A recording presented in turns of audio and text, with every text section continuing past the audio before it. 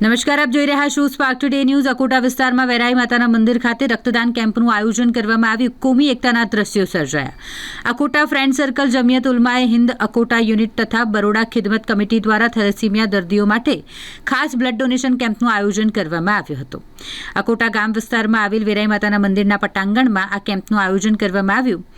આ કેમ્પમાં રક્તદાન કેમ્પ અને બીજી બાજુ સત્યનારાયણ ભગવાનની કથાની સાથે હિન્દુ મુસ્લિમ સમાજના લોકો દ્વારા રક્તદાન પણ કરાયું। કોમી એકતાના દ્રશ્યો અહીં જોવા મળ્યા। અંબે ફાઉન્ડેશન સંચાલિત ધ્વનિ બ્લડ સેન્ટરના સહયોગથી આ કેમ્પ આયોજિત થયો, જેમાં 250 થી 300 યુનિટ રક્ત એકત્રિત થયું।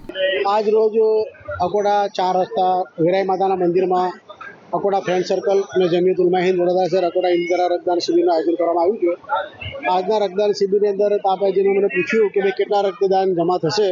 તમારું 300 રક્તનું ટાર્ગેટ છે। સાંજે 5 વાગ્યા સુધી આ કેમ્પ ચાલશે, એટલે સાંજ સુધી 300 રક્ત ભેગા થવાની અમારી પૂરેપૂરી અમને ઉમ્મીદ છે। અત્યાર સુધી આપ જોઈ રહ્યા છો કે 70 થી 75 રક્ત જમા થઈ ચૂક્યું છે, જ્યારે 12:30 વાગ્યા છે। આ રક્તદાન શિબિર અકોટા ગામ અમારું જે વેરા માતાનું મંદિર છે, મંદિરના કમ્પાઉન્ડમાં રાખાયું છે। આપ જોયું છે એક બાજુ કથા થઈ રહી છે, એક બાજુ સામાજિક પ્રોગ્રામ બ્લડ ડોનેશન કેમ્પનું આયોજન કરવામાં આવ્યું છે। એ હિન્દુ ભાઈઓ બી બેઠા છે, મુસ્લિમ ભાઈઓ બી છે। હિન્દુ મુસ્લિમ ભેગા થઈને આ રક્તદાનની શિબિરનું આયોજન એટલે કરવામાં આવ્યું કે થેલેસેમિયા પીડિત જે બાળકો છે એમને આસાનીથી બ્લડ મળી રહે, એ હેતુથી અમે દર વર્ષે આ કેમ્પ કરીએ છીએ। આજે અમારો 20 થી 21મો કેમ્પ છે, બરાબર। આવનારા દિવસોમાં બી અમે આપણા મીડિયાના માધ્યમથી તમામ જે યંગસ્ટર છે એમને અમે રિક્વેસ્ટ કરી અપીલ કરીએ છીએ કે હર 18 વર્ષથી 60-65 વર્ષના ઉંમરના તંદુરસ્ત વ્યક્તિએ બ્લડ આપવું જોઈએ। બ્લડ આપવું એ શરીર માટે પણ સારું છે। બ્લડ આપવું એ કહેતે કે દર્દીના માટે બી સારું છે કે ભાઈ એક માણસ બ્લડ આપે છે તે કહેતે કે 3 વ્યક્તિની જિંદગી બચાવે છે। તો આજે આપ અમારા અકોટાની એક સંસ્કૃતિ જોઈ રહ્યા છો।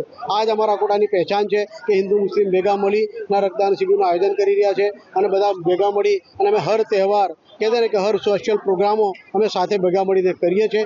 આ જ અમારી અકોટાની પહેચાન છે।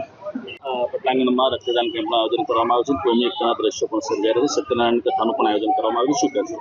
બસ એ જ કે ભાઈ અકોટા ફ્રેન્ડ સર્કલ તરફથી આજે એક તરફ બ્લડ કેમ્પનું સરસ આયોજન કરેલું છે મોહમ્મદ હનીફ ચૌહાણ તરફથી, અને ઘણા અમારા અકોટાના હિન્દુ મુસ્લિમ બંને બ્લડ ડોનેટ કર્યું છે, અને સામે સામે પાછું મંદિરમાં રાખેલું છે, અને સરસ રીતે આયોજન ચાલુ છે। અને સત્યનારાયણ દેવની કથા બી એક બાજુમાં ચાલુ છે, જેનો લાભ બંને લીધો છે। સવેરે ક્યાં આ બ્લડ કેમ્પનું આયોજન કરવામાં આવ્યું છે? શું માટે? બ્લડ કેમ્પનું ક્યાં આયોજન કરવામાં આવ્યું? અકોટા ગામ વેરાઈ માતા મંદિર। કેટલા વર્ષોથી આયોજન?